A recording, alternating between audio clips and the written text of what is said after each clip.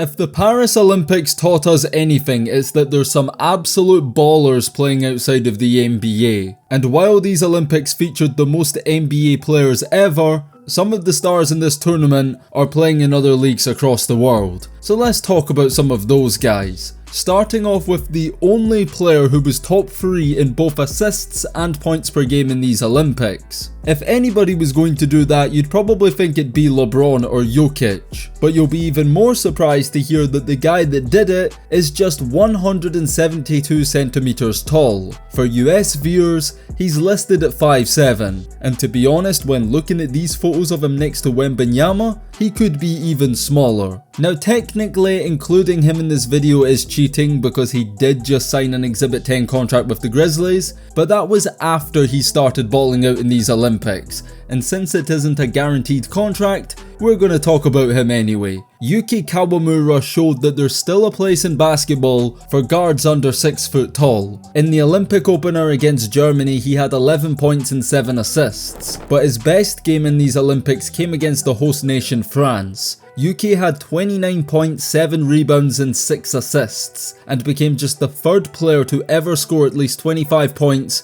with 5 rebounds and 5 assists in an Olympic game, joining the great company of Kevin Durant and Luol Deng. Do you know how insane it is to grab 7 rebounds at that height on the same court as the Eiffel Twin Towers? Yuki really did that, and Japan were robbed of a victory and a possible spot in the knockout stages due to a controversial 4-point play that sent the game to overtime. Poor little Yuki didn't even touch the shooter. This loss made the next game against Brazil a must-win. Kawamura did his thing, he had 21 points, 10 assists, a nice double-double, but lost due to an all-time great performance from another non-NBA player who we're going to talk about later in this video, stay tuned. But Yuki Kawamura made a name for himself in these Olympics. This is his 2nd standout tournament for his country. At last year's World Cup, he averaged 13.6 points and 7.6 assists, including a famous 25-point performance to defeat Lauri Markkanen and Finland, in which he scored 15 points in the 4th quarter, leading Japan to their first ever victory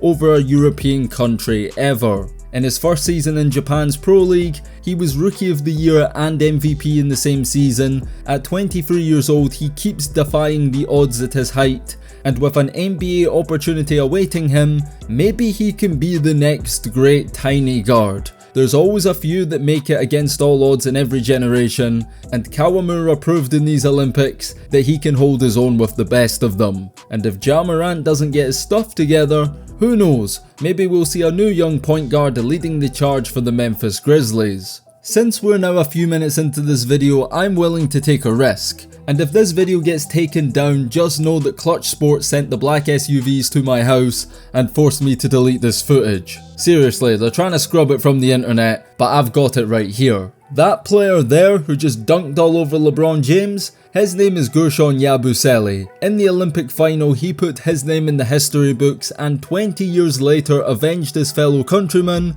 with possibly the greatest Olympic dunk since. But while Yabusele will be remembered for his iconic poster that was plastered all over the newspapers, he should be remembered for his performances in these Olympics, because he was the MVP for France in this tournament and the real reason they made it to the final. Yabusele was top 25 in points per game, averaging 14. He shot 66% from 2-point range in this tournament, but the averages don't do him justice. France started off this tournament slow. As referenced earlier, they were lucky to get out of the group, getting bailed out by the refs against Japan, and were absolutely destroyed by the world champions Germany in the group stages. Something needed to change if France were to win a medal, and the coach made a brave decision to bench 4-time Defensive Player of the Year Rudy Gobert and insert Yabusele into the starting lineup. And that decision completely changed France's tournament. Yabusele scored in single digits twice in 3 group stage games, and then became arguably the MVP of the knockout stages,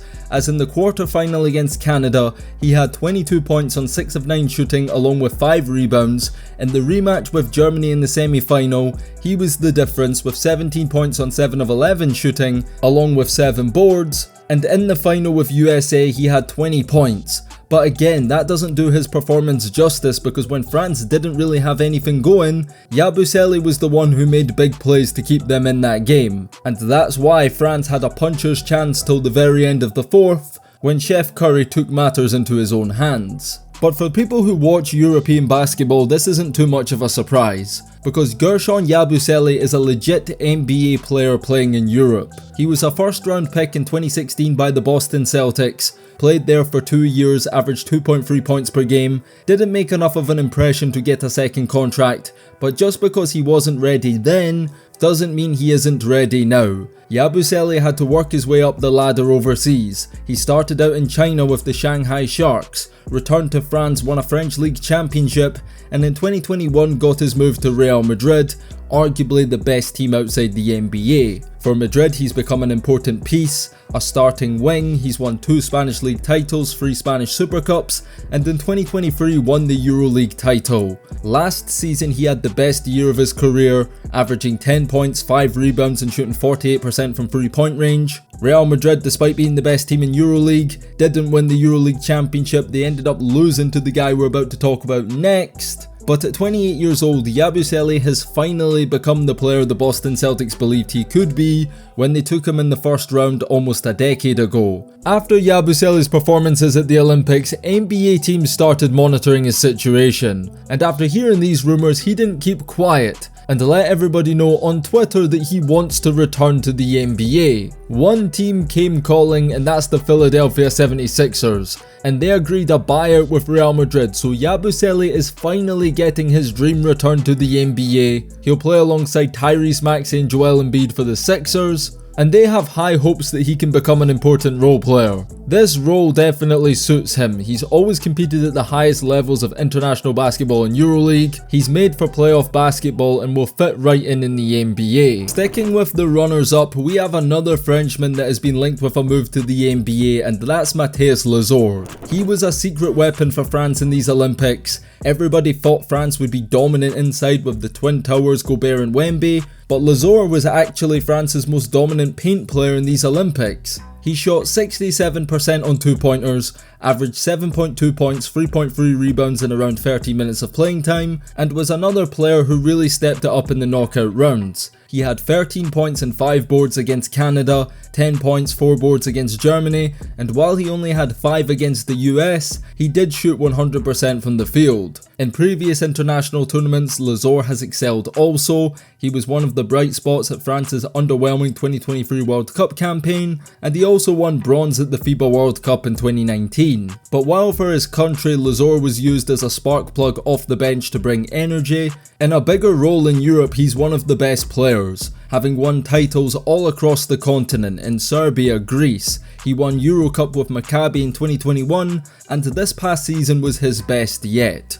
winning the Greek League title, Greek League MVP, Greek League Finals MVP, and won the EuroLeague Championship at Panathinaikos. He would have been MVP of the Final Four with 2 dominant 17-point double-double performances, but missed out on the award due to a historically great performance from Kostas Papanikolaou, who had 24 points on 100% shooting against the champions in the final. Video on him and his crazy story is coming soon, so subscribe to the channel to stay tuned for that. But Mattias Lessort was first team All EuroLeague for the 2nd consecutive year. He's one of the best rebounders in Europe and a real athletic physical force. Mattias Lessort at 28 years old is in the prime of his career, coming off of his best season yet, averaging 13.6 points and 6 rebounds on 62% shooting. He's an inside big who's a great finisher in the pick and roll, a lob threat with a strong post-up game, capable of backing down bigger defenders down low. As for his future, the French national team coach actually said he doesn't understand why Lessort isn't in the NBA. There were talks of him joining the Knicks, nothing ended up materialising in the end there.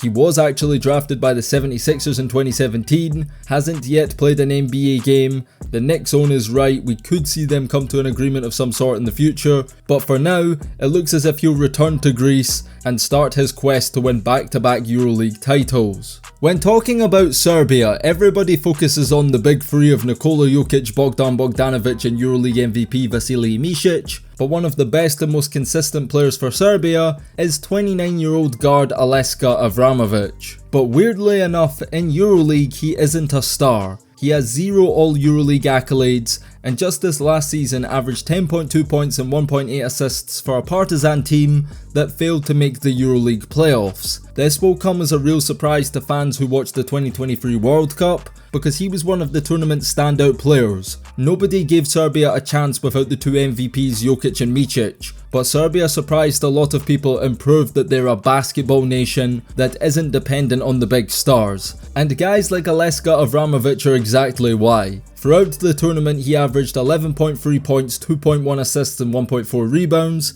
shot an impressive 63% on 2-pointers, but he saved his best performance for last. In the semi-final against Canada he chipped in for 10 points, defeating SGA en route to the final, where he produced the best performance of his career, scoring 21 points on 7 of 15 shooting against Germany. The numbers at face value don't do him justice, but he went full T-Mac mode at the end of that game, scoring 15 points in the fourth quarter to inspire a late Serbian comeback, but it wasn't enough and the Serbians had to settle for silver. This summer though, Serbia at full strength, after adding the MVP of the NBA to a team that almost won a world championship without him, Avramovic reprised his role in this year's Olympics and averaged 10.5 points per game. But Avramovic is somebody who plays up to the competition. He's a big game player and always saves his best for the biggest games. In the warm-up game against the US, he had 14 points in 17 minutes, and in the semi-final had 15 points, making 4 of 6 3-pointers,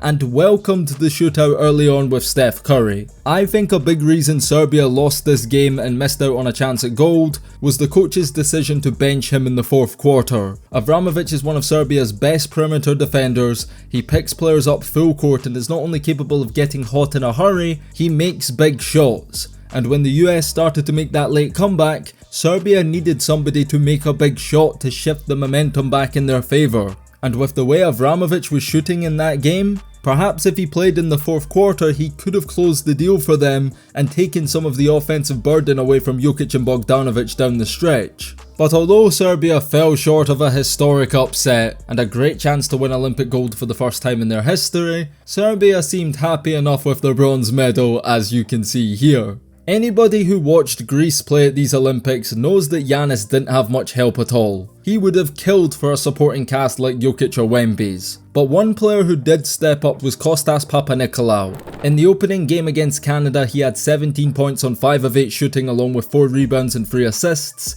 In the first 2 games of the Olympics, he and Giannis combined for 87 points, outscoring the rest of the team who had 69. He was the closest thing Giannis had to a Robin in Paris. He had an off game against Australia with just 1 point that really hurt his tournament averages, but he bounced back with a solid near double-double in the quarterfinals to Germany, but unfortunately Greece's tournament ended there in a loss. Papanikolaou was Greece's best 3-point shooter. He shot 40% for the tournament, he was top 50 in points per game with 9.3 and just out of the top 15 with rebounds. He played excellent defense and was one of the few players capable of stretching the floor for Greece, which allowed Giannis to dominate inside. Papanikolaou has been a standout European player since bursting onto the scene in the early 2010s.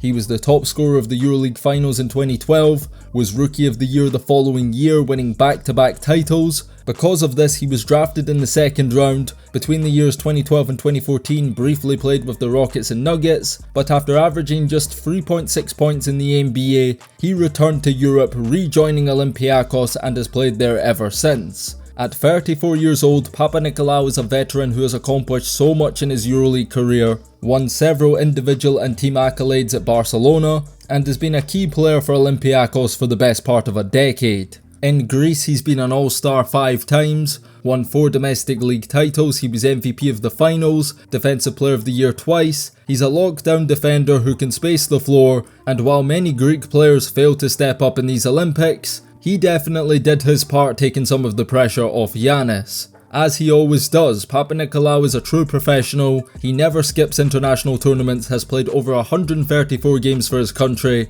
and I hope to see him medal with the national team at a major tournament before he retires, because he definitely deserves it. Next up, we have one of the most underrated international teams representing Africa is South Sudan, who were famously robbed of a historic victory against Team USA at the buzzer in warm-up games because this blatant foul by Anthony Edwards on the final play went uncalled. Even though South Sudan lost this game, they won our hearts. And two players stood out in particular. First was Carlik Jones. He had a triple-double against Team USA, one of the few in FIBA history, and he's a former G-League MVP who recently signed with Serbian giants Partizan in EuroLeague. Last summer at the FIBA World Cup, Carlik Jones was one of the best players in the tournament. He averaged 20 points per game, which was more than Anthony Edwards, making him top 10 in scoring. He led the tournament in assists with 10.6 a game and was also top 10 in rebounding. Representing South Sudan at the Olympics for the first time in nation's history,